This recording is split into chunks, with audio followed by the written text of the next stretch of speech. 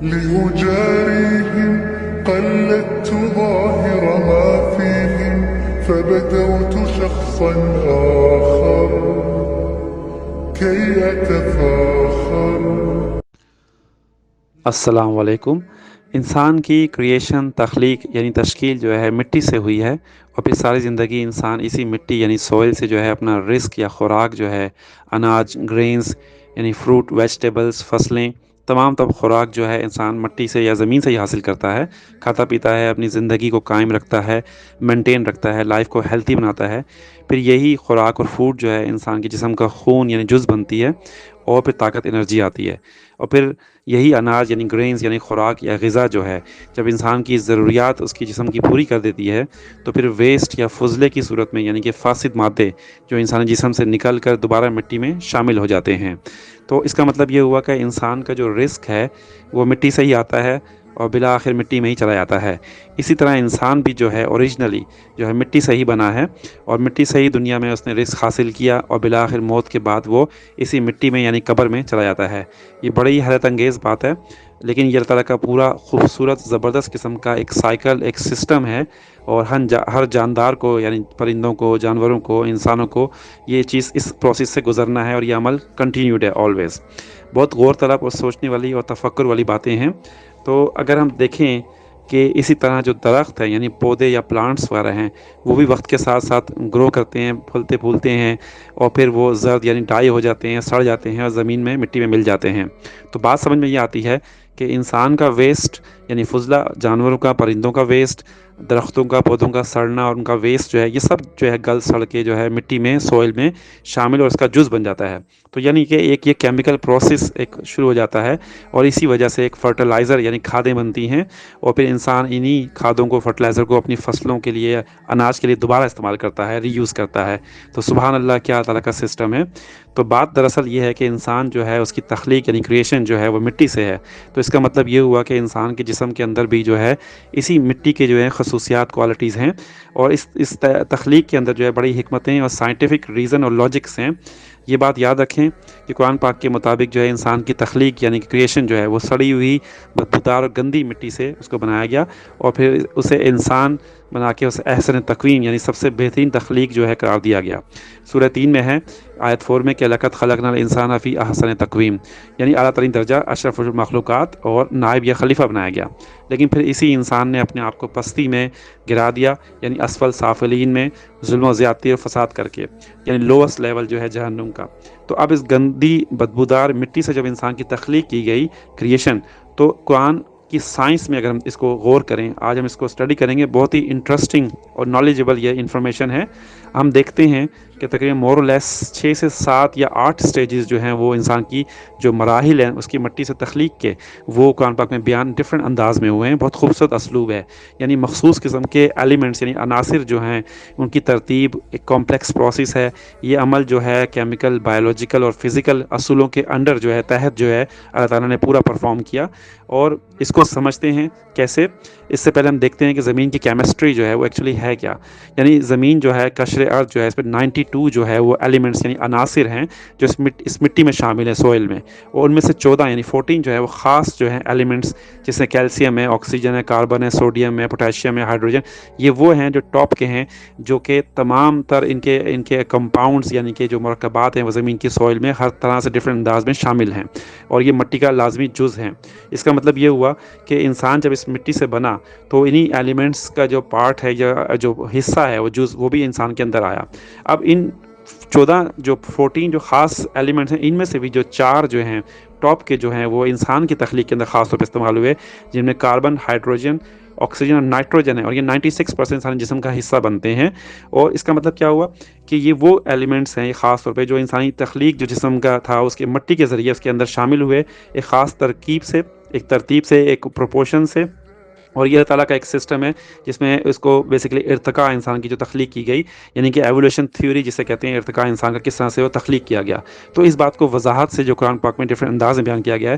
تو سب سے پہلے اسٹیج پہ ہم جاتے ہیں کہ سورہ مومن یا غافر میں جو ہے آیت 67 میں کیسے بیان ہوا، هو الذی خلقکم من تراب، یعنی وہی اللہ ہے جس نے تمہیں ایک ان آرگینک مٹی سے پیدا کیا۔ یہاں ان آرگینک کیوں کہا گیا؟ کیونکہ کوئی بھی اس مٹی میں پہلے لیونگ آرگینزم یعنی کہ جاندار یعنی بیکٹیریا یا وائرس کچھ بھی نہیں تھا۔ تو لفظ تراب جو ہے تا را الف اور با، اس کا مطلب یہی ہے خشک مٹی یعنی خاک یعنی ڈسٹ جو ہے جس میں کوئی بھی موئسچر نہ ہو، ہوا میں اڑتی ہو۔ اور یہی بات سورہ روم آیت 20 میں بھی ہے، تراب کا ورڈ ہے۔ پھر سورہ نبا جو ہے آیت 40 میں بھی کافر جو ہے اس لفظ کو قیامت کے روز کہیں گے یا لیتنی کنتو ترابا، یعنی کہ میں کاش مٹی یا ڈسٹ بن جاؤں۔ اس کے بعد دوسری سٹیج جو بنتی ہے، جو ماں کا یعنی پانی کا جو ایک کانسیپٹ ہے جو انسان کی تخلیق میں اہم جز ہے، سورہ فرقان آیت 64 میں وَهُوَ الَّذِي خَلَقَ مِنَ الْمَاءِ بشرا، یعنی کہ وہی ہے جس نے پیدا کیا پانی سے بشر کو یا آدم کو۔ اب سورہ انبیاء آیت 30 میں بھی یہی بات ہے، وَجَعَلْنَا مِنَ الْمَاءِ كُلَّ شَيْءٍ حَيٍّ، یعنی ہم نے ہر جاندار کو، شے کو یعنی کہ پانی سے پیدا کیا۔ سورہ نور آیت 45 میں بھی یہی بات ہے۔ تو یہاں اس بات سے کنکلوژن یہ نکلتا ہے کہ پانی بھی انسان کی تخلیق میں شامل ہے۔ اس کا مطلب یہ ہوا کہ خشک مٹی یعنی تراب جو تھا پلس پانی، یہ دونوں جب مل گئے تو ایک تھرڈ چیز یعنی کہ ایک نیا کمبینیشن بنا جو کہ تھرڈ اسٹیج ہے انسان کی تخلیق کی، جس کو ہم نے تین کا ورڈ دیا قرآن پاک نے۔ اب یہ تین کیا ہے؟ یہ بیسیکلی تراب اور پانی دونوں کا ایک مجموعہ ہے، یعنی کہ گارا یا مڈ جسے کہتے ہیں، اور یہ نان لیونگ بے جان مادہ یعنی مٹی کا ایک شکل تھی۔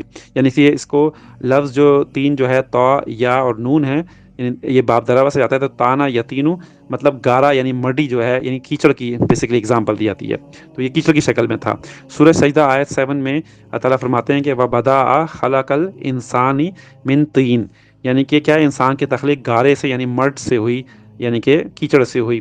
اس سے پتہ چلتا ہے کہ انسان کی تخلیق جو ہے وہ ایک یعنی کہ سٹارٹنگ جو ہے تین شروع ہوا، اور اس سے پہلے جو وَبَدَأَ کا جو لفظ آ رہا ہے اس کا یہاں پر مطلب یہ بنتا ہے کہ ابتدا یعنی آغاز ہوا۔ تو اس سے ظاہر ہوتا ہے کہ اللہ تعالیٰ فرما رہے ہیں کہ تخلیق کے مراحل ہیں، سٹیجز ہیں، اور یہ پہلی سٹیج ہے یہاں پر۔ تو اس کا مطلب یہ ہوا کہ سورہ انعام میں جیسے 2 میں بھی یہی بات کی گئی ہے، هُوَ الَّذِي خَلَقَكُم مِّن طِينٍ، یعنی وہی ہے جس نے تم کو مٹی یعنی تین سے پیدا کیا۔ اب تین جو ہمیں کلیئر ہو گیا کہ یعنی خشک مٹی ہے یعنی خاک ہے اور پلس پانی ہے، دونوں کو ملایا تو یہ گارا یا مڈی کیچڑ بن گئی۔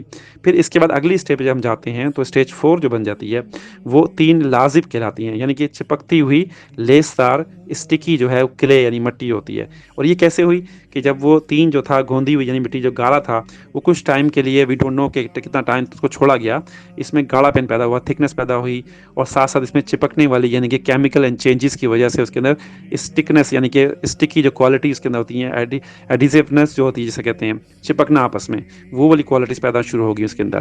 تو یہی بات سورہ صافات آیت 11 میں ہے کہ انا خلقناہم من طین لازب، یعنی کہ بے شک ہم نے پیدا کیا انہیں چپکتی ہوئی یعنی لیسدار گارے سے یا مٹی مٹی سے۔ تو لازب کیا ہوا؟ ایک کیمیکل اور ایک فزیکل عمل ہے، پروسیس ہے، یعنی کشش کے جو قانون ہے اس کے تحت ایٹم یا مالیکیولز جو ہوتے ہیں ایک دوسرے کے ساتھ بندھے ہوئے ہوتے ہیں، چپکے ہوئے ہوتے ہیں، یہی چیز یہاں اپلائی ہو رہی ہے۔ یعنی مادہ لام زا اور با ہے، مضبوطی سے قائم رہنا، چمٹنا یا اسٹک ہونا، اور اسٹکی جو ہے چمٹنے والا یعنی لازب ہو جاتا ہے۔ تو یہاں پر یہاں تک یہ مٹی کی کوالٹی تھی وہ چپکنے والی بن گئی۔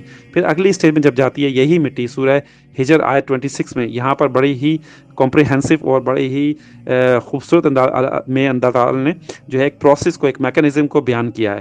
یعنی دیکھیں آپ سورہ ہجر آیت 26 میں وَلَقَدْ خَلَقْنَا الْإِنسَانَ مِنْ صَلْصَالٍ مِنْ حَمَاءٍ مَسْنُونٍ، یعنی کیا مطلب ہے کہ بے شک ہم نے انسان کو سڑی ہوئی مٹی کے گارے سے بنایا۔ اب یہاں ایک میں نے بتایا پروسیس یہ میکانزم ہے، یعنی تین لازب جو تھی یعنی کہ وہ جو اسٹکی مٹی تھی وہ وقت گزرنے کے ساتھ ساتھ اس میں کیمیکل اور فزیکل چینجز جو حالتیں اس کی بدلیں، اور بھی یہ ٹورز جو ہے بدبودار اور لیسدار کیچڑ یعنی کہ اس کی شکل اس کی بننا شروع ہوئی۔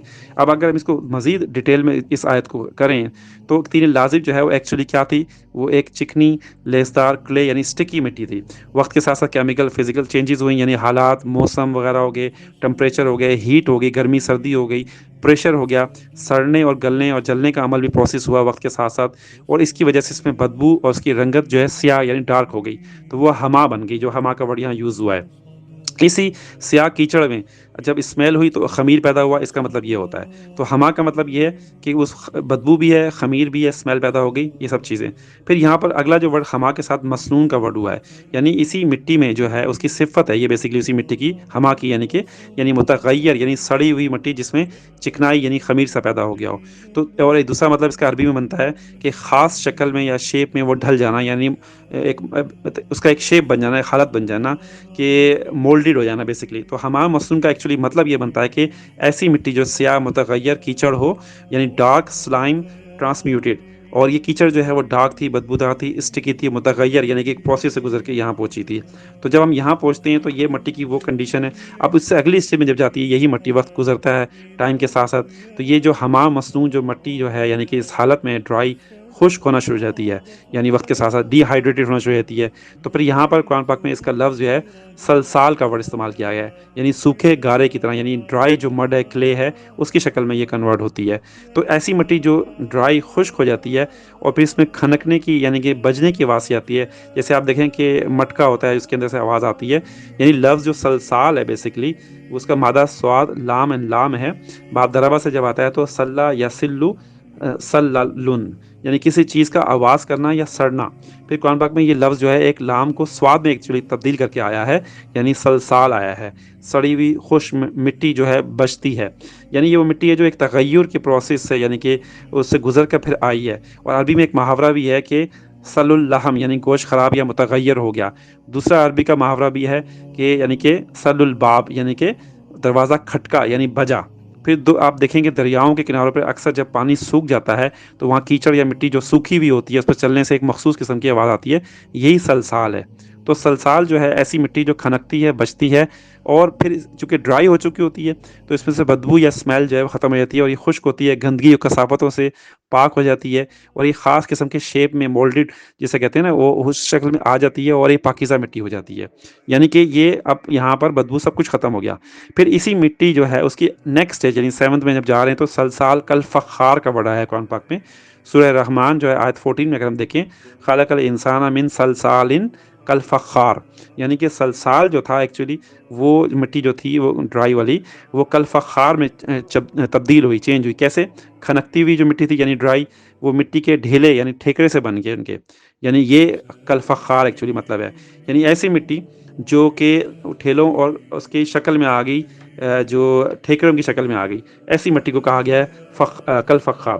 اب آپ اس کی اگزامپل اس طرح سے سوچیں کہ جب ایک کمہار یعنی پوٹر جو ہوتا ہے وہ جب مٹی کے برتن بناتا ہے تو وہ مٹی کو پہلے اچھے سے پکاتا ہے، اس کو ٹریٹ کرتا ہے ہیٹ کے ذریعے سب کچھ، پھر گھونتا ہے اس کو، پھر اس کے ڈھیلے یا مٹی کے بناتا ہے، پھر اس سے برتن بنانا شروع کرتا ہے، یعنی وہ پاک صاف مٹی سے شروع کرتا ہے. تو مطلب کیا بنا یہاں پر کہ یہ ایسی مٹی تھی جو ہر طرح سے پاکیزہ صاف ستھری ہو چکی تھی اور اس کو مٹی کے ڈھیلے بن چکے تھے. کل فخار کا ورڈ ہے.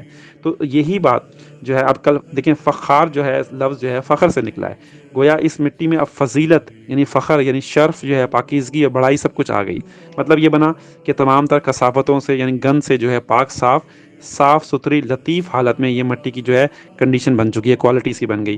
اب دوسرا مطلب اس فخار کا یہ بھی بنتا ہے کہ نفیس، عمدہ اور نائس اور شاندار قسم کی مٹی، یعنی تمام کثافتوں سے گند سے پاک اور بہترین فارم میں اس کی کنڈیشن میں.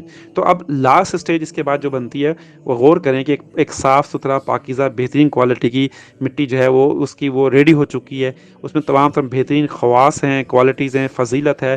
اب اس مٹی کے اندر سے بھی جو ہے، اس خاص مٹی کے اندر سے بھی ایک اہم اس کا پارٹ یا مین حصہ یا اس کا ایک منتخب یعنی کہ نومینیٹڈ جو حصہ ہوتا ہے، پارٹ جو ہے وہ یعنی جو ویری کلین، پیوریفائڈ اور انتہائی خالص ہو، اس کو نکالا جاتا ہے. یعنی سورہ مومنون کی جو آیت 12 میں ہے کہ وَلَقَدْ خَلَقْنَا الْإِنسَانَ مِنْ سُلَالَةٍ مِنْ طِین، یعنی کہ ہم نے انسان کو چنی ہوئی یعنی پکڈ کیا ہوا بیسٹ جو عمدہ مٹی سے اس سے بنایا. یہاں پر یہ اپلائی ہوتی ہے بات. یعنی سلالہ کیا ہے؟ باب نصرہ سے جو آتا ہے تو سلہ یا سلو مطلب کیا ہے؟ کسی چیز میں سے کسی چیز کو نکالنا، یعنی اصلی جوہر کو، مادے کو، اس کو نکالنا، نچوڑ لینا، خلاصہ یا مین حصہ نکال لینا.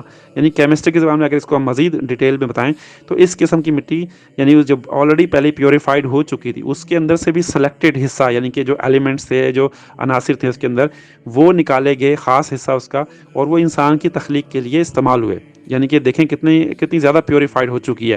یہ مٹی کی جو ہے آخری شکل تھی، اور اس یعنی کہ اسٹارٹنگ پوائنٹ کیسے ہوا کہ گندی سڑی ہوئی بدبودار تراب یعنی مٹی جو تھی اس سے سلسلہ شروع ہوا، اور آخر میں سلالہ یعنی کہ ہر طرح کی میل گند سے پاک خالص مٹی کا جوہر جو ہے، سمری اس کی جو نکالے گی، نچوڑ، یہ وہ مٹی تھی جس سے آدم علیہ السلام کو بنانے کے لیے اس کو ریڈی کیا گیا. اب دیکھیں اللہ تعالیٰ نے قرآن پاک میں جگہ جگہ فرمایا ہے کہ اللہ تعالیٰ نے انسان کو جو ہے بہترین ساخت پہ، اسٹرکچر پہ بنایا، یعنی کہ ڈائریکٹ کریشن جو اللہ تعالیٰ نے کی وہ اسی مٹی سے کی۔ اب جب اللہ تعالیٰ نے انسان کی تخلیق اس طرح سے کی، اس کے بعد پھر اگلی کچھ قرآن پاک کی آیت میں یہ بھی ہے، جیسا کہ سورہ الانفطار میں ہے آیت 7 اور 8 میں، سورہ سجدہ آیت 9 میں ہے کہ جب اس طرح سے اللہ تعالیٰ نے اسٹیچو یعنی کہ انسان کا پتلا بنایا مٹی سے، اس صاف ستھری مٹی سے، تو پھر اس کے بعد اس کی نوک پلک بھی کی، اس کو سنوارا بھی، اس کو درست بھی کیا، اس کو ٹھیک ٹھاک اس کو پراپر بنایا۔ اور یہی عمل جو کہتے ہیں تخلیق کے بعد کا دوسرا عمل جو تھا تصفیہ کہلاتا ہے، یعنی کہ نوک پلک یعنی سنوارنا، اس کو سیٹ کرنا، اس کے ہاتھ پاؤں کو، ہر چیزوں کو، اعضاء کو۔ تو سوچیں اللہ تعالیٰ کی حکمتیں اور شان اور قدرت ہے کہ اس نے مٹی سے انسان کو کس طرح سے آدم علیہ السلام کو بنایا۔ غور کریں، اس دنیا میں تمام تر عناصر جو ایلیمنٹس ہیں، ان میں 4 بڑی اہم چیزیں یعنی فیکٹرز جو ہیں، یعنی ایسے مرکبات، مکسچرز جو ہیں جن کی کانفیگریشن، ترکیبیت جو ہے بڑی امپورٹنٹ ہے اس دنیا میں تمام ایلیمنٹس کے لیے، یعنی ہوا، پانی، آگ جو توانائی کی شکل ہے، اور مٹی۔ اب دیکھیں کہ باقی ساری چیزیں جو ہیں مکسچر یا مرکب ہیں، ہوا، پانی اور مٹی، لیکن آگ جو ہے انرجی ہے بیسیکلی۔ تو مٹی میں دیکھیں کوئی شعور، کوئی حرکت نہیں ہے، سب سے ادنا درجہ کی لیول پہ ہوتی ہے یہ، لیکن اللہ تعالیٰ نے اسی مٹی کو استعمال کیا اور انسان کو تخلیق کیا اور اعلیٰ بنایا اس کو، حالانکہ جنوں کو اللہ تعالیٰ نے آگ سے بنایا۔ اب اسی مٹی کی جو فضیلت ہے وہ کیسے پیدا ہوئی کہ اصل جو انسان کی جو ویلیو ہے وہ وہاں سے شروع ہوتی ہے جب اللہ تعالیٰ نے جب انسان کو وہ صلاحیتیں، عقل و شعور، علم الاسماء سب کچھ دیا، اس کو اعلیٰ درجے پہ اس کو خلیفہ بنایا۔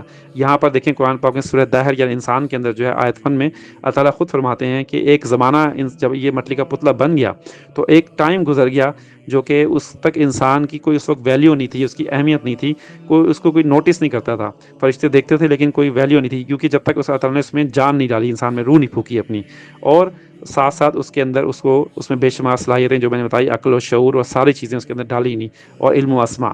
تو اب کہنے کا مقصد ہے کہ انسان کو جیسے ہی یہ صلاحیتیں ملیں، وہ اس کو شعور آیا، تو اس کو بعد اللہ تعالیٰ نے فرشتوں کا حکم دیا فرشتوں کو کہ اس کو سجدہ کریں۔